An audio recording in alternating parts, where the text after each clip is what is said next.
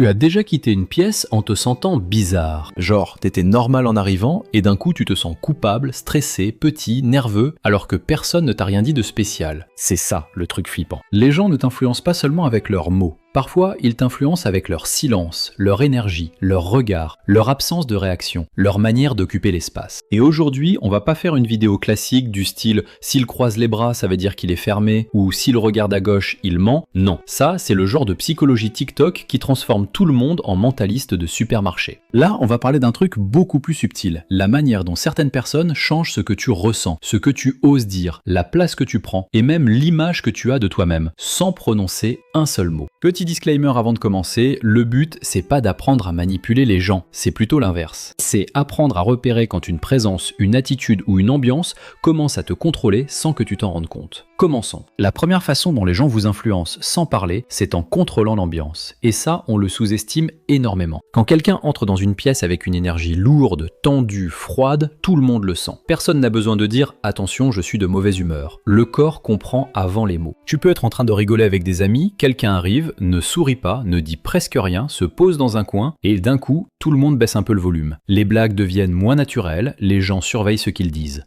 Cette personne n'a donné aucun ordre. Elle n'a demandé à personne de changer, mais son ambiance a déjà reprogrammé la pièce. Et ça peut marcher dans l'autre sens aussi. Quelqu'un de très calme peut faire redescendre une tension. Quelqu'un de très confiant peut rassurer tout un groupe. Quelqu'un de très nerveux peut contaminer tout le monde. C'est pour ça que parfois, ce n'est pas la personne qui vous influence directement. C'est le climat qu'elle crée autour d'elle. En gros, avant même de parler, certaines personnes installent une météo émotionnelle. Et vous, sans vous en rendre compte, vous commencez à vous habiller pour cette météo. Deuxième façon, elles te font jouer un rôle. Ça, c'est très important. Certaines personnes ont une manière d'être qui te pousse automatiquement à devenir une certaine version de toi-même. Face à quelqu'un de très froid, tu deviens plus gentil, plus prudent, plus conciliant. Face à quelqu'un de très dominant, tu deviens plus discret. Face à quelqu'un de très fragile, tu deviens le sauveur. Face à quelqu'un qui ne valide jamais rien, tu deviens celui qui explique, qui justifie, qui cherche à convaincre. Et le piège, c'est que tu as l'impression que ce rôle vient de toi. Tu te dis, je suis comme ça avec cette personne, mais parfois non, ce n'est pas ta vraie personnalité, c'est la position dans laquelle son comportement te met. Par exemple, il y a des gens avec qui tu es drôle, spontané, vivant, et puis il y a des gens avec qui tu es sérieux, crispé, presque ennuyeux. Pourtant, tu es la même personne. La différence, c'est le rôle qu'il t'autorise inconsciemment à jouer. Et ça, c'est une forme d'influence silencieuse très puissante. Parce qu'elle ne change pas seulement ce que tu fais, elle change qui tu deviens en leur présence. Avant d'aller plus loin, pense à liker la vidéo si tu aimes son contenu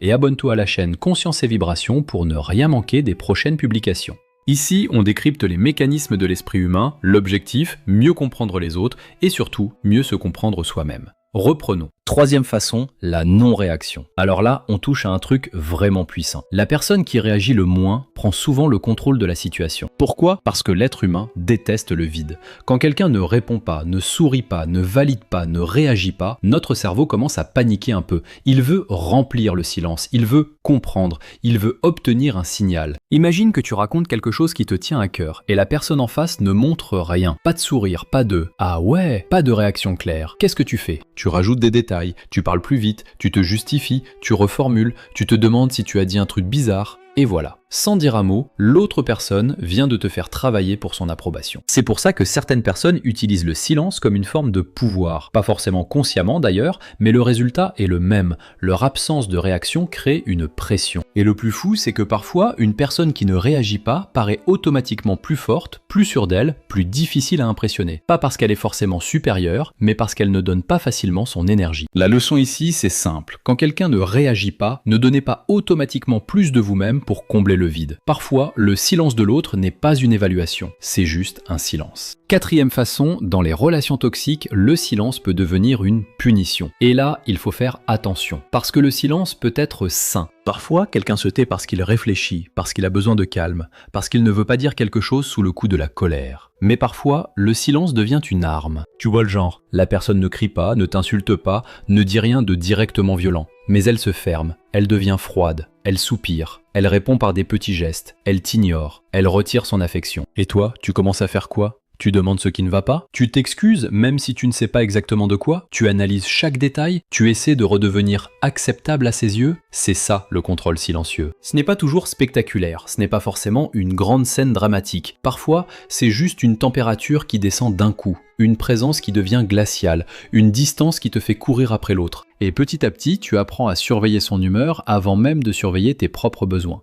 C'est là que ça devient dangereux. Parce que tu ne vis plus vraiment la relation, tu gères une météo imprévisible. Et si tu te reconnais là-dedans, retiens ça. Quelqu'un peut avoir besoin de silence, oui, mais si son silence te sert régulièrement de punition, de pression ou de moyen de te faire obéir, ce n'est plus du calme, c'est du contrôle. 5e façon, ton corps comprend avant ton cerveau. On aime croire qu'on est rationnel, qu'on analyse les gens calmement, qu'on se dit, d'après les informations disponibles, cette personne semble dominante, froide ou rassurante. Mais dans la vraie vie, ce n'est pas comme ça que ça marche. Ton corps capte des signaux avant même que ton cerveau ait mis des mots dessus. Une tension dans la mâchoire, un regard trop fixe, une posture trop immobile, une agitation nerveuse, une voix qui descend, une distance un peu trop proche, une absence totale d'expression. Et d'un coup, tu ne sais pas encore pourquoi, mais tu changes. Tu parles moins fort, tu choisis mieux tes mots, tu te tiens différemment, tu deviens plus prudent. Tu sens que ce n'est pas le moment de plaisanter. Ce n'est pas du 6e sens, c'est juste que ton système nerveux scanne constamment l'environnement pour savoir: est-ce que je suis en sécurité? Est-ce que je peux me détendre? Est-ce que je dois me protéger? Et certaines personnes déclenchent chez toi un état d'alerte sans dire un mot. Le problème, c'est que si tu ne fais pas attention, tu peux confondre cette réaction corporelle avec une vérité absolue. Tu te dis: je me sens inférieur, donc cette personne est supérieure. Je me sens coupable, donc j'ai sûrement fait quelque chose de mal. Je me sens intimidé, donc elle a forcément raison. Non. Pas forcément. Un ressenti est une information, ce n'est pas une preuve. 6e façon, certaines personnes influencent votre identité. Et là, on va encore plus loin. Parce que les gens ne t'influencent pas seulement sur le moment. Ils peuvent influencer l'image que tu as de toi-même. Quelqu'un qui te regarde toujours comme si tu étais naïf peut finir par te faire douter de ton intelligence. Quelqu'un qui ne t'écoute jamais vraiment peut te donner l'impression que ce que tu dis n'a pas d'importance. Quelqu'un qui t'admire sincèrement peut réveiller une confiance que tu avais oubliée. Quelqu'un qui te traite comme une charge peut te faire sentir coupable d'exister. C'est subtil, mais énorme. On devient souvent une version de nous-mêmes à travers le regard répété des autres. Si une personne te renvoie toujours l'image de quelqu'un de trop sensible, tu peux finir par cacher tes émotions. Si elle te renvoie toujours l'image de quelqu'un de pas assez compétent, tu peux finir par t'auto-censurer. Si elle te renvoie toujours l'image de quelqu'un qui dérange, tu peux finir par prendre le moins de place possible. Et le plus triste, c'est que parfois tu appelles ça ma personnalité, alors que c'est juste une adaptation à un environnement qui ne t'a jamais vraiment laissé respirer. Donc pose-toi une question simple. Avec cette personne, est-ce que je me sens plus proche de moi-même ou est-ce que je me sens réduit? La réponse dit beaucoup. 7e façon, la hiérarchie invisible. Dans une pièce, avant même que quelqu'un parle, il y a souvent une hiérarchie qui se met en place. Pas une hiérarchie officielle, pas le patron, l'employé, le prof, l'élève. Non, une hiérarchie sociale invisible. Il y a ceux qui prennent naturellement de l'espace. Ceux qui parlent avec leur corps avant même de parler avec leur bouche. Ceux qui bougent lentement, comme s'ils n'avaient rien à prouver.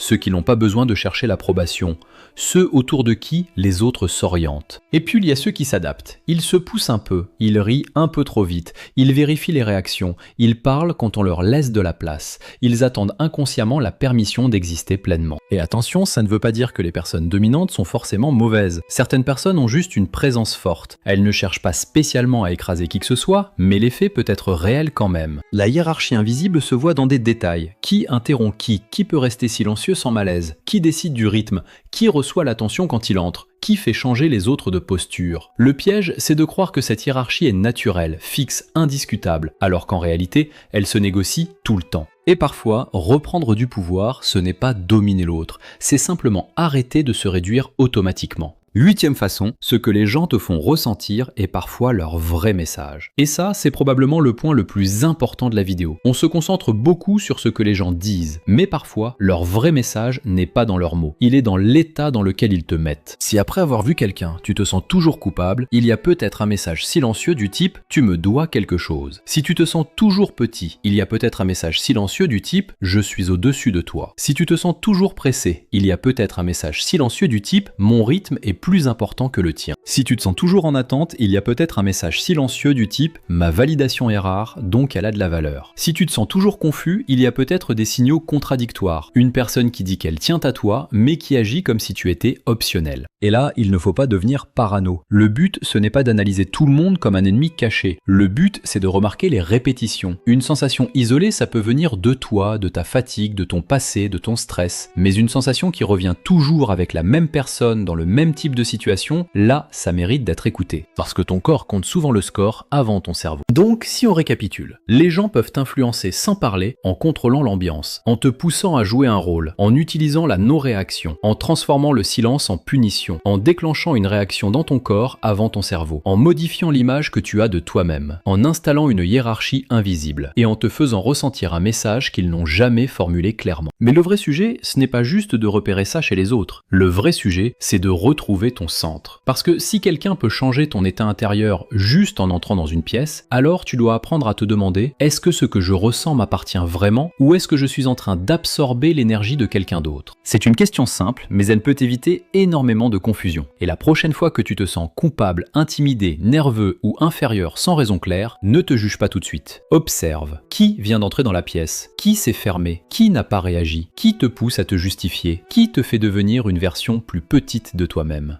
Parce que parfois, comprendre l'influence silencieuse, ce n'est pas apprendre à contrôler les autres, c'est arrêter de se faire contrôler par des choses qui n'ont jamais été dites. Si cette vidéo t'a parlé, mets un like, abonne-toi et dis-moi en commentaire quelle est la forme d'influence silencieuse que tu as déjà vécue. Le silence, le regard, la froideur, l'ambiance ou cette sensation bizarre de ne plus être toi-même avec certaines personnes. On se retrouve dans la prochaine vidéo, à bientôt.